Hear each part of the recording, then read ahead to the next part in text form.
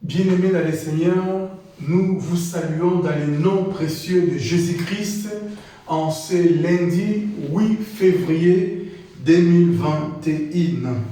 Nous bénissons le Seigneur pour l'opportunité qu'il nous accorde à nous tous à travers ces canaux digitaux que le Centre évangélique La Bannière Nantes met à notre disposition pour passer ces temps dans notre moment dénommé parole d'encouragement. Comme je l'ai dit et je le dirai toujours, la parole de Dieu ne change pas et la parole de Dieu a la capacité de changer toute personne qui est en contact avec elle. Et ce matin, nous allons nous laisser influencer par la parole pour que cette semaine soit totalement manifestée, totalement, disais-je, touché, totalement transformé par la puissance de la parole du Seigneur. Prions le Seigneur. Père, merci pour ce matin de ce lundi que tu accordes à mon frère et à ma sœur et pour ce temps précieux pour pouvoir cogiter autour de ta parole. Sanctifie cette merveilleuse parole et que le Saint-Esprit nous parle à travers de cet instrument inutile que tu t'es choisi ce matin. Que toute la gloire te revienne, Adonai, dans le nom de Jésus. Amen. Bien-aimés, nous sommes heureux d'être ensemble avec vous ce matin, encore en ce lundi, pour réfléchir autour de sa parole. Nous avons depuis le début du mois de janvier commencé à considérer un texte dans le livre de Exode chapitre 33. Et nous sommes restés longtemps et aujourd'hui je pense que nous allons devoir terminer. Ce serait notre point de chute.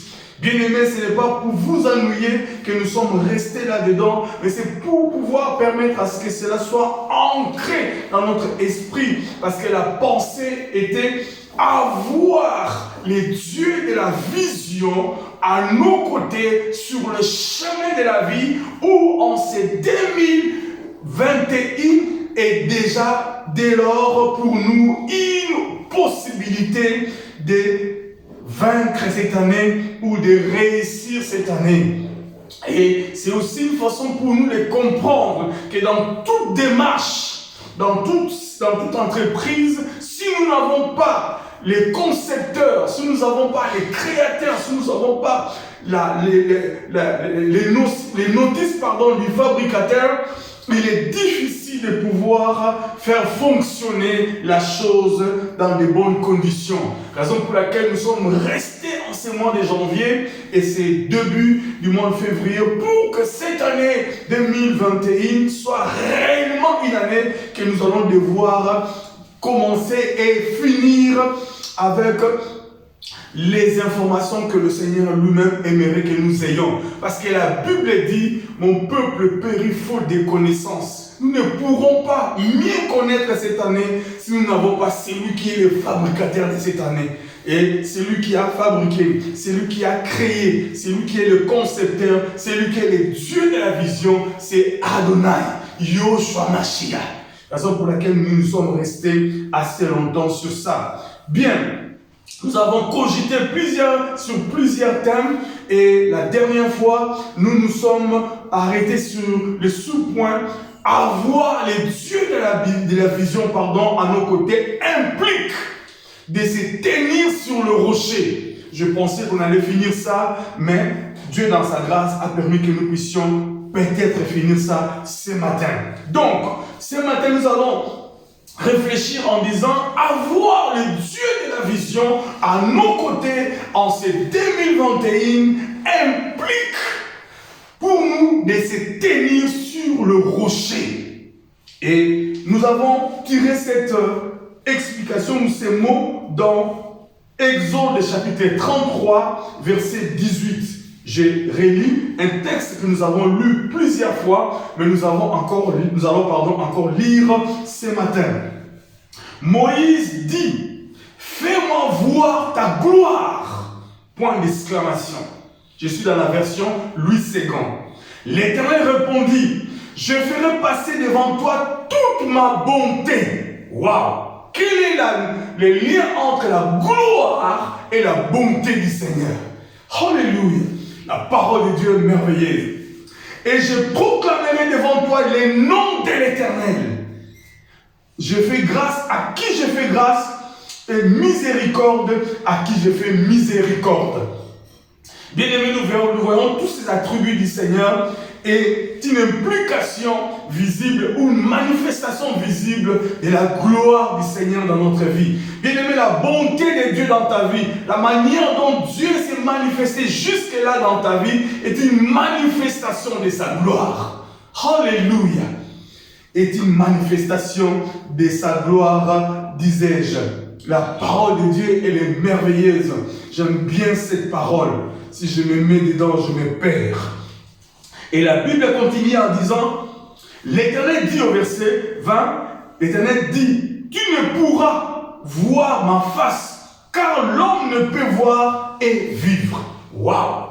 Il y a un souci par rapport à la prière de Moïse. Il y a un souci par rapport à la requête de Moïse. Cependant, j'essaie de commenter le verset 21, l'Éternel dit, voici un lieu près de moi, tu te tiendras sur le rocher. Verset 22, quand ma gloire passera, je te mettrai dans le creux du rocher. Et je te couvrirai de ma main jusqu'à ce que j'ai passé. Et lorsque je retournerai ma main, tu me verras par derrière, mais ma face ne pourra pas être vue. Bien-aimés, nous voyons ici la prière de Moïse a un problème. Comme si la prière de Moïse n'avait pas de réponse en quelque sorte. Le problème est lequel? Il dit, tu peux voir ma gloire et vivre. Ici, nous sommes dans le contexte de l'Ancien Testament où même tous les patriarches ne pouvaient pas voir Dieu et vivre.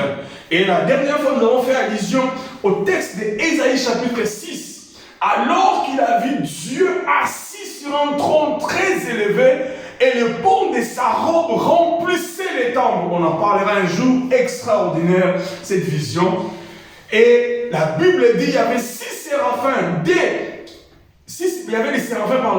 qu'ils avaient 6 ailes. Des se servaient pour se couvrir le visage, le pied, et des autres pour voler. Et Ésaïe a tremblé au plus profond de lui-même. Parce qu'il a vu la gloire. Il a dit, je veux mourir parce que je suis un homme de lèvres impures. Mais un acte extraordinaire a été posé par un des séraphins qui vola jusqu'à sur l'autel. Il a pris la pierre ou la braise avec le pincette et il a amené ça, touché les lèvres d'Ésaïe et du coup, Ésaïe est devenu pur ou Ésaïe est devenu, comment dirais-je, a une qualité de pouvoir voir la gloire de Dieu. Alors, ce phénomène, qu'est-ce qui s'est passé? Nous le mettrons côte à côte avec cette histoire pour pouvoir terminer notre pensée de ce matin. Alors, la Bible dit, Dieu dit à Moïse, c'est vrai ta prière, peut-être, que dis-je, elle est bonne, mais il y a un problème. Cependant, il y a une difficulté. Tu ne peux me voir et vivre. Et Dieu lui-même s'est pourvu de la solution. Bien, mais ici nous voyons déjà comment Dieu est en train de typifier la façon dont il a résolu le problème de l'humanité.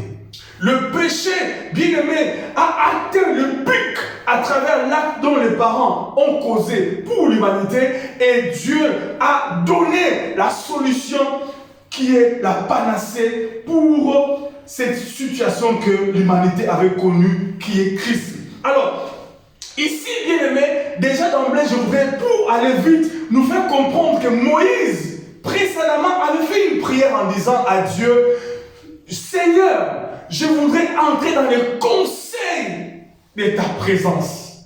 Je voudrais que tu me fasses connaître tes voies, dans notre version 10, tes intentions.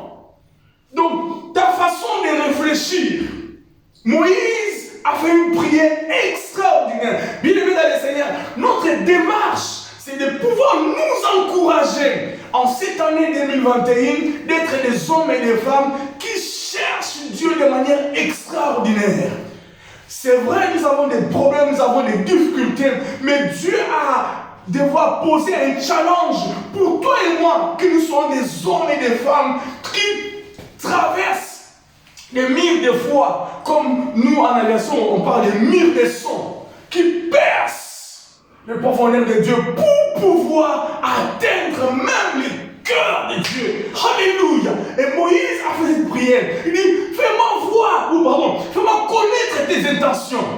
Nous avons expliqué la dernière fois, cela voulait dire dans les discours bibliques, fais-moi assister dans les conseils de Dieu. Donc, être dans le creux, en fait c'est la réponse, être dans l'endroit de la fabrication du dessein de Dieu. Et de quel dessein Moïse voulait voir ou voulait connaître? C'est ce que nous sommes en train de vouloir savoir. C'est-à-dire, à ce moment-là, Moïse était en train de faire une prière prophétique pour connaître les desseins que Dieu avait pour résoudre les problèmes de l'humanité. Les desseins ou les projets ou la pensée du Seigneur pour régler ces problèmes du péché qu'avaient connu Adam et Ève ici sur la terre. Waouh! Des milliers des années, Moïse a émis cette prière au Seigneur. Raison pour laquelle je vous ai dit une fois en disant que Dieu n'oublie jamais la prière que nous avons faite. Si vous lisez ces textes, à partir du verset 13, où Moïse a fait cette prière. Maintenant, si j'ai trouvé grâce à tes yeux, fais-moi connaître tes voies, alors je te connaîtrai. Juste après cette prière, Moïse s'est détaché de la pensée, il est revenu à la pensée première qui était de chercher à ce que Dieu les accompagne par rapport à la mission. Une prière est restée comme entre parenthèses, mais Dieu ne l'avait pas oublié. Pourquoi? C'était une prière de la destinée. Et maintenant, au verset 18, il rajoute une deuxième prière audacieuse. Donc cette deuxième prière s'attache à la première prière. Alors, Moïse maintenant fait la deuxième prière en disant, Dieu, fais-moi voir ta gloire. Alléluia. Bien-aimé, ce matin, je voudrais t'encourager, je voudrais m'encourager à pouvoir chercher à voir la gloire de Dieu, à pouvoir chercher à vivre dans l'intimité de Dieu, à pouvoir chercher à marcher dans la communion parfaite avec Dieu. Et quand il a fait cette deuxième prière, Dieu lui a dit, ok, tu as atteint l'apogée de ce dont j'attendais de toi par rapport à notre relation. Maintenant, la prière que tu me demandes est la première précédente ou la précédente que tu avais faite. Eh bien, ces prières ont des liens. Tu voulais connaître mon dessein, alors mon dessein c'est quoi? Mon dessein c'est la réponse à ta prière. C'est-à-dire ta deuxième prière, pour voir ma gloire, c'est justement le dessein que j'ai dans ma tête ou le projet que j'ai dans ma tête. Je suis en train de fabriquer les moyens par lesquels vous pouvez voir ma gloire. Et ces moyens c'est quoi? Ces moyens c'est à côté de moi, c'est le rocher qui est à côté de moi, qui est le moyen, qui est la raison, qui est la solution pour que toi tu puisses accéder à voir ma gloire. Et là Moïse typifiait l'église. Moïse est l'image de toi et moi en ces temps de la fin. Je vais lire ce que j'avais parlé la dernière fois, mais je reviens sur ça rapidement parce que le temps me fait défaut. Je vais lire rapidement 1 Pierre. Nous allons voir ça rapidement. 1 Pierre chapitre 1er, verset 11. 1 Pierre chapitre 1er, verset 11. Pour vous montrer ce que c'était réellement les desseins de l'Éternel. Verset 11. Version Louis II. Je prends à partir du verset 10. Les prophètes qui ont prophétisé touchant à la grâce qui vous est réservée, bien aimé, écoutez, ont fait de ces saluts, donc l'œuvre de la croix, le salut, l'objet de leurs recherches et de leur investigation, voulant sonder l'époque et les circonstances marquées par le Saint-Esprit, par l'Esprit de Christ qui était en eux. Ils avaient l'Esprit de Christ en eux dans l'Ancien Testament, bien aimé. L'Esprit de Christ n'est pas, je peux dire, une exclusivité pour le Nouveau Testament. Ils en avaient. Donc, ils avaient le Christ dans l'Ancienne Alliance, l'Esprit de Christ qui était en eux et qui attestait d'avance les souffrances de Christ et la gloire dont elles seraient suivies. Écoutez-moi le verset 12. Ce verset, bien aimé, me fait tomber par terre. Il dit, il leur fut révélé que ce n'est pas à eux, à Moïse et toutes ces personnes, mais pour vous, c'est-à-dire nous, qui étaient les dispensateurs de ces choses, que vous ont annoncé maintenant ceux qui vous ont prêché l'évangile par le Saint-Esprit. Là, nous faisons maintenant allusion aux apôtres, envoyés du ciel et dans lesquels les anges désirent plonger les regards. Bien-aimé, l'évangile, bien-aimé, est l'objet d'intérêt des anges, bien-aimé. Alléluia.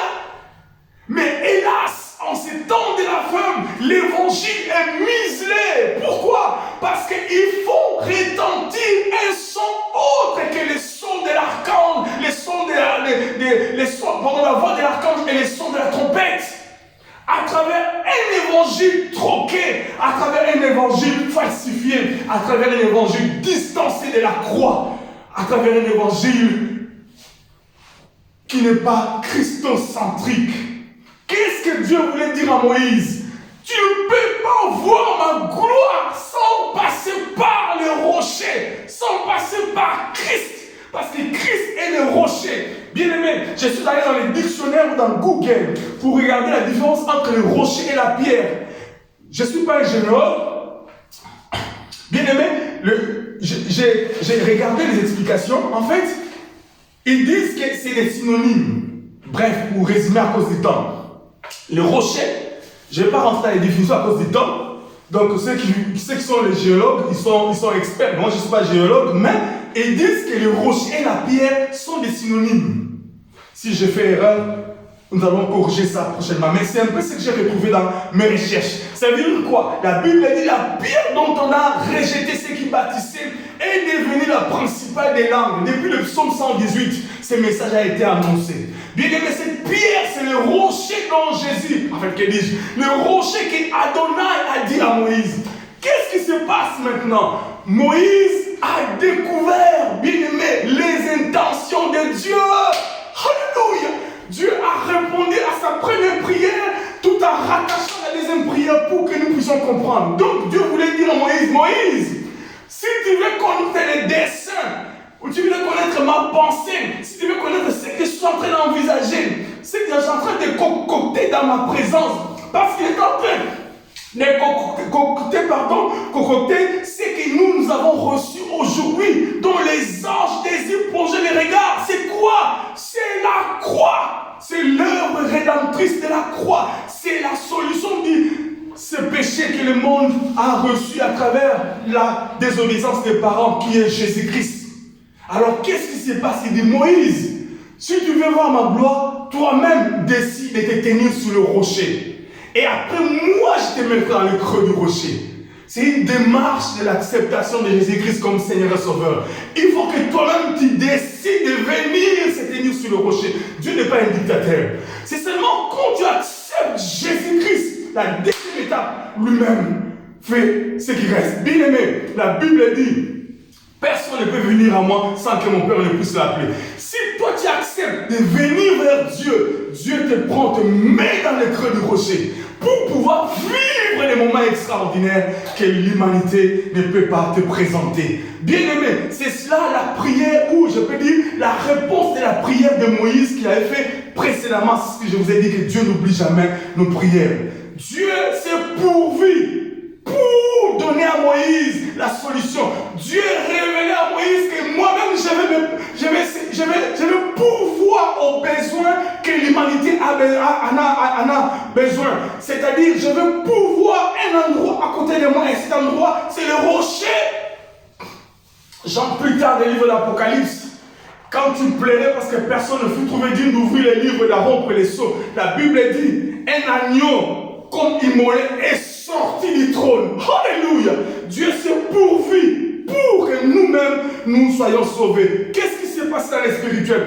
Dieu étant juste, il ne pouvait pas accepter les péchés. Mais Dieu étant gracieux ou grâce illimitée, ou gracieux, pardon, de manière illimitée, s'est pourvu lui-même dans sa justice pour que sa grâce vienne nous sauver à travers l'œuvre de la croix. Moïse, bien-aimé, a vu la gloire de Dieu. Comment? En comprenant la pensée de Dieu, le dessein de Dieu. Qu'est-ce que Dieu est en train de concocter dans sa présence, dans les conseils divins depuis les temps anciens. Bien-aimés, ce matin, toi et moi, nous pourrions aussi vivre ce moment. Pourquoi? Parce que Philippe, dans le Nouveau Testament, dans Jean chapitre 14, verset 8, pose la question. Parce que toi et moi, nous pouvons nous poser la question. Moïse aussi a posé la question.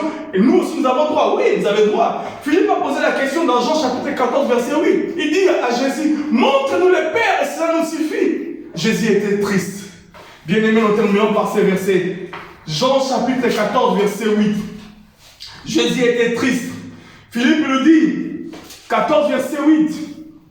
Philippe lui dit, Seigneur, montre-nous le Père, et cela nous suffit. Jésus lui dit, il y a si longtemps que je suis avec vous, et tu ne m'as pas connu, Philippe.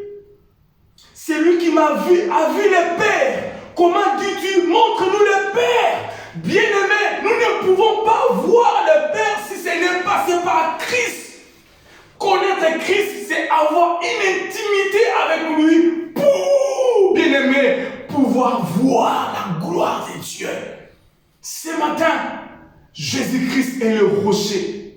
La pierre dont les séraphins ont pris sur l'autel était la préfiguration de l'œuvre de la croix qui viendra nous toucher pour nous sanctifier afin que nous ayons accès dans le sein des saints de Dieu. Bien-aimés, cette semaine, je prie que toi et moi, nous soyons des hommes et des femmes qui vont aller vivre dans la présence de Dieu, dans les saints des saints de Dieu, pour vivre des moments extraordinaires avec lui et pour, par devers lui, devenir un canal de bénédiction pour les autres.